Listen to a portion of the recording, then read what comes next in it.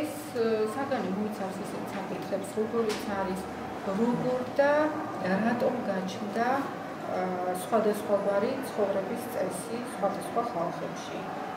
როგორია ეს მრავალფეროვნება საქართველოს სინამდვილეში, საქართველოს მეზობლებთან თუ უფრო შორეულ რეგიონებში. რას ნიშნავს მაგალითად კულტურული შოკი? რა არის კულტურული სტერეოტიპი?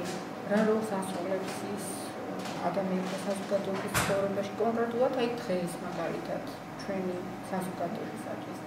რა შედეგებამდე შეიძლება მიგვიყვანოს იმის არცოდნამ, როგორ მოვიქცეთ კულტურულად მრავალფეროვან გარემოში.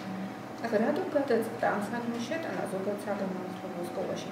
პირველ რიგად იმიტომ, რომ ჩვენი ქვეყანა ისტორიულადაც და დღესაც არის მრავალეთნიკური, მრავალკულტურული, მრავალრელიგიური.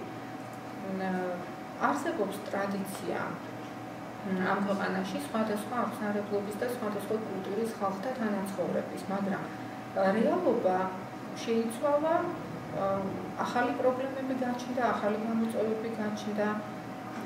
თანამედროვე მსოფლიოს ძალიან ხშირად გლობალიზებულ სამყაროს ვუწოდებთ და აი ამ გლობალურ მსოფლიოში სხვადასხვა კულტურის ადამიანები სულ უფრო მჭიდროდ და ინტენსიურად ხვდებიან ერთმანეთს და აქედან გამომდინარე უფრო ნათლად აცნობიერებენ თავიანთ განსხვავებულობას.